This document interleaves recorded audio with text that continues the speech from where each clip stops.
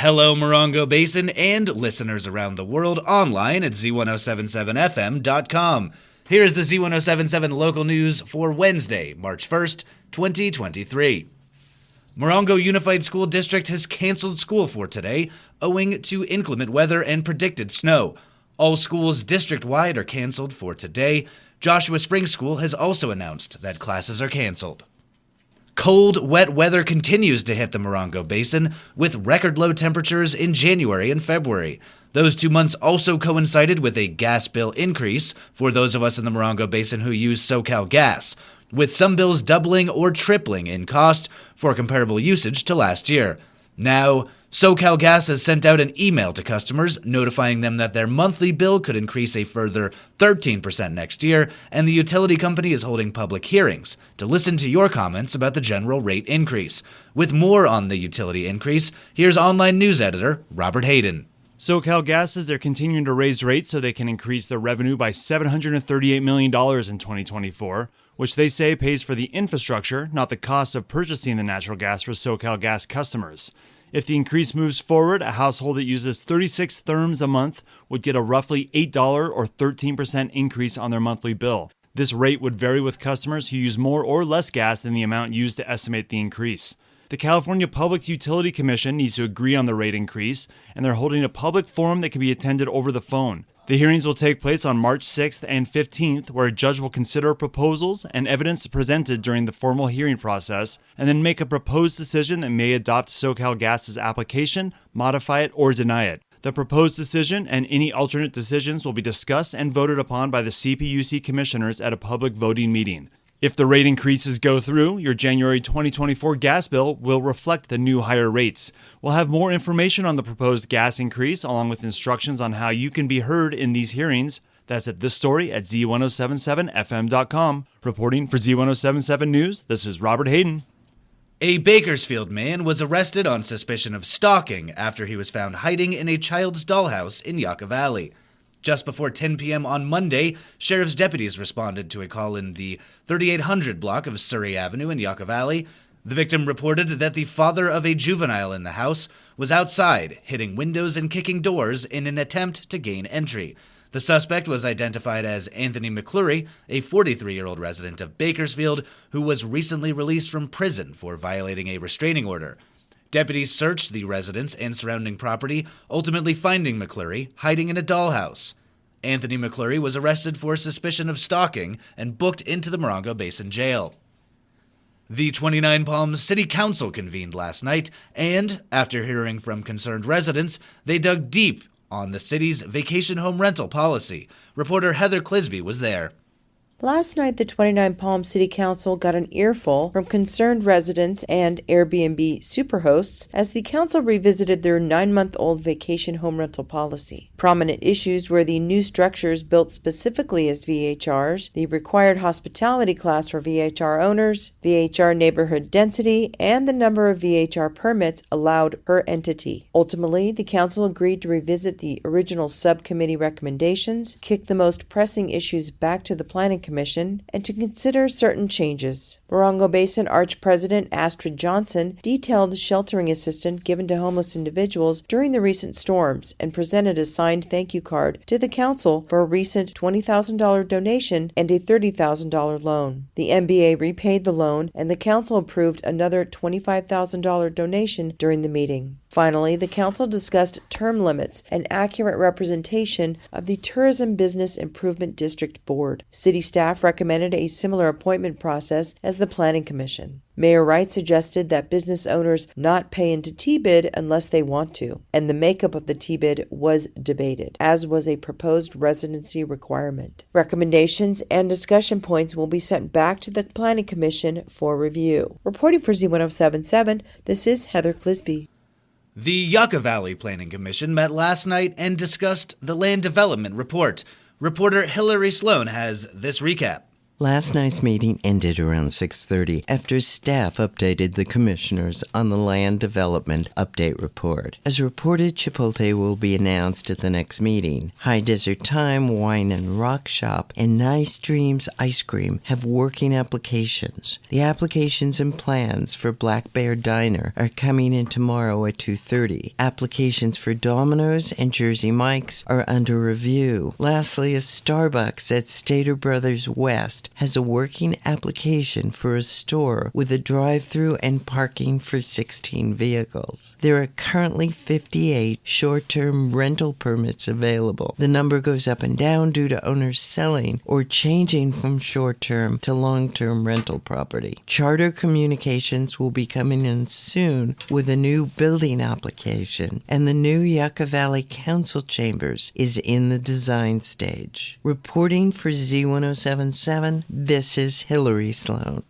Last night, the Morongo Unified School District Board of Trustees held their regular meeting at Joshua Tree Elementary. Assignment reporter Gabriel Hart was in attendance and joins us with his report.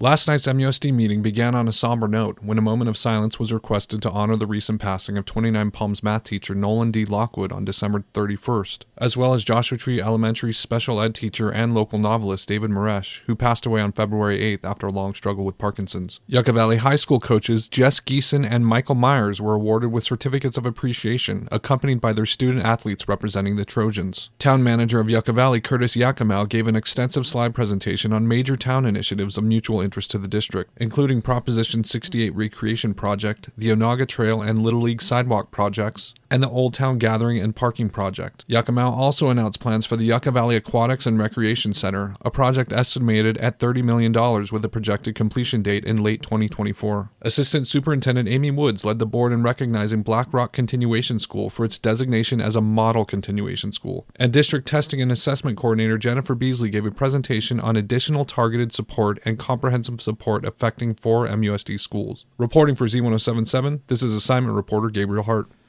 With snow falling and wind blowing, the United Methodist Church of 29 Palms is providing coats, warm clothing, and food to all comers at no cost.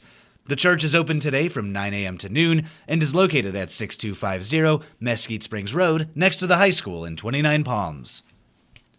On Friday's Z107.7 Up Close show, Gary Daigneault spoke with the San Bernardino County Board of Supervisors Chair Don Rao, who also represents the High Desert as the county supervisor of the 3rd District. Rao was joined by her Morongo Basin Field representative, Steve Reyes. During the interview, a caller asked Rao about housing code violations and the best way to report them. Rao discussed a new online tool that residents can use to report not just housing issues, but a plethora of issues under county oversight, called See-Click Fix. See-Click Fix. It can be web-based on your computer, or you can download it on Android or Apple from the stores. It's free. When I Google it to show people, you punch in See-Click Fix San Bernardino, and it pops up. And what it does is it allows you to drop a pin and to say where there's an issue. And then it tells you from a drop-down menu, is it graffiti? Is it a homeless encampment? Is it an illegal dump? Is it a guardrail, a dead animal for animal control to come? All different things, and then it gets dispatched out and they have all of the data there. We've gotten great feedback. I come back to groups, whether it's Rotaries or Optimist clubs and things, and after realtors, and they say, hey, we've used it and it works, and they're responsive. Instead of having people try to find the right number to call within San Bernardino County, you can use See-Click Fix. The application can be found by searching See-Click Fix San Bernardino or at a link in this story at z1077fm.com. Steve Reyes is always available via telephone at 909-366-1414 or at his office in the Joshua Tree Government Center. To hear the entire conversation between Daigneault, Rao, and Reyes, you can listen to the entire Up Close show as a podcast on z1077fm.com or on your favorite podcasting app. The Z107.7 Up Close show with Gary Daigneault airs every Friday at 10 a.m.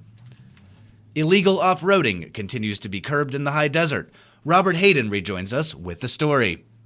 Project Dust Devil's been going for 10 weeks now, and sheriff patrols continued in 29 Palms, Yucca Valley, and Morongo Valley. Deputies issued 2 California vehicle code citations, 2 California penal code citations, made 2 arrests, towed 1 vehicle, and recovered 1 stolen vehicle. The winter weather had covered about 90% of San Bernardino County's riding areas in snow, and deputies used the inclement weather to instruct a side-by-side safety class to search and rescue members in the Morongo Basin. The safety course allowed search and rescue members the ability to improve skills and become certified to operate department-owned OHVs.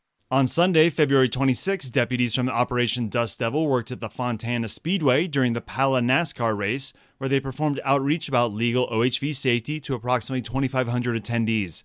Operation Dust Devil continued patrolling the county with the overall goal of reducing illegal and nuisance off-roading, especially in residential areas and public roadways. You can read Project Dust Devil's weekly reports on our website, Z107.7fm.com. Reporting for Z107.7 News, this is Robert Hayden. Free legal counseling services are being offered on Wednesdays to senior citizens by Inland County Legal Services at the 29 Palms Senior Center. Legal assistance with civil matters such as housing, landlord-tenant, bankruptcy, simple estate planning, and more will be offered. Counseling is by appointment only, and seniors can call 1-800-977-4257 to schedule an appointment or for more information on services. The 29 Palms Senior Center is located at 6539 Adobe Road in 29 Palms. House of Fox, a monthly live DJ ecstatic dance event, debuts this evening at 6:30 p.m. Held at the Yucca Valley Visual and Performing Arts Center, House of Fox creates a safe space to move freely in a calming environment, soundtracked by a live DJ. Guests come in with an open heart and open mind and move how they need to move. Guests are encouraged to bring a yoga mat. Wine, bottled beer, coffee, tea, and sparkling water will be available for purchase. The cover is $20. Space is limited. Please RSVP at a link in this story at Z107.7fm.com. The event is this evening at the Yucca Valley Visual and Performing Arts Center, located at 58325 29 Palms Highway in Yucca Valley. And finally, the 29 Palms High School Lady Wildcats softball team played its first home game at the 29 Palms High School campus yesterday. The Lady Cats put together 20 hits in 4 innings to beat Citrus Hills 21-6. Their next game will be on Friday at Citrus Hills. League play starts Monday, March 6th. That's our local news. Hear local news 7 times a day, 7 days a week at 7, 8, 9, noon, 4, 5, and 6. More Morongo Basin residents get their local news from Z107.7 than any other source. Reporting for the Morongo Basin News Leader, the award-winning Z107.7 Local News, I'm Jeff Harmetz.